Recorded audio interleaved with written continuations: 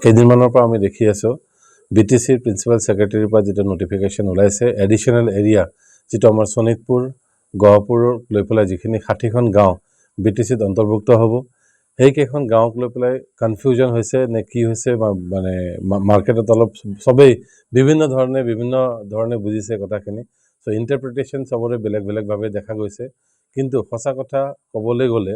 60খন গাঁও যিকেইখন অন্তৰ্ভুক্ত হৈছে এতিয়া তাৰ পপুলেশ্যন হল এৰাউণ্ড 32,000 কিন্তু তাৰ পৰা কিমান ভোটাৰ আহিব এই ভোটাৰৰ অংকটো এতিয়ালৈকে ফাইনেল নহয় নম্বৰ 1 নম্বৰ 2 হল আপোনাৰ এই ভোটাৰটো কোনটো সমষ্টিত সোমাব হেতু এতিয়ালৈকে ফাইনেল হোৱা নাই 3 নম্বৰ হল আমাৰ যিখিনি এডিশনাল ভোটাৰছ আহিব ফৰ এক্সাম্পল যদি পাঁচনৈতো যদি আহে পাঁচনৈত যদি ST ভোটাৰ আহে ধৰক 32,000 পপুলেশ্যনৰ যদি 15-16 হাজাৰৰ ভোটাৰ যদি আহে 15-16 হাজাৰ ভোটাৰ প্লাস ইয়াৰ ST ভোটাৰ যদি আমি চাব যাওঁ 13,000 যদি 30 হাজাৰৰ ST ভোটাৰ হয় তথাপিও এই সমষ্টিটো ST সমষ্টি হিচাপে নহয় কিয়নো more than 50% ST হলেহে সমষ্টিটো ST ৰিজাৰ্ভ হ'ব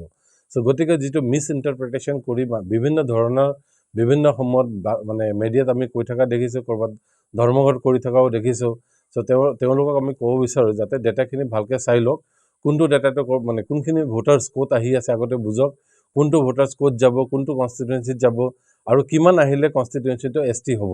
এই ডাটাটো আগত চাই লৈ পেলাই ধৰ্মঘট কৰক তাৰ পিছত ধৰ্মঘট কৰাৰ সবৰে অধিকাৰ আছে যদি কিবা তেওঁলোকৰ মানে হেৰি পোৱা নাই ক্লেৰিফিকেশন হোৱা নাই যদি তেওঁ বুজি পোৱা নাই যদি কিবা তেওঁলোকৰ তাৰ পিছতো আপত্তি থাকে তেওঁলোক ধৰ্মঘট কৰিব পাৰে কিন্তু ধৰ্মঘট কৰাৰ আগতে বা এই প্ৰতিবাদ কৰাৰ আগতে প্ৰপাৰ ডেটাটো লৈ পেলাই ধৰ্মঘট বা প্ৰতিবাদ কৰাটো ভাল বুলি মই ভাবো কিয়নো আমিও বিভিন্ন দল সংগঠন কৰি আহিছো আমি ৰেসপেক্ট কৰো গোটেইখিনি দল সংগঠনক কাৰো প্ৰতি আমাৰ কোনো বেয়া মনোভাৱ নাই কিন্তু সংগঠনবোৰে মানে যেতিয়া ধৰ্মঘট কৰে ডেটাখিনি চাই পেলাই প্ৰপাৰলি ভেৰিফাই কৰি পেলাই ধৰ্মঘট কৰিলে সকলোৰে কাৰণে ভাল হয় বুলি মই ভাবো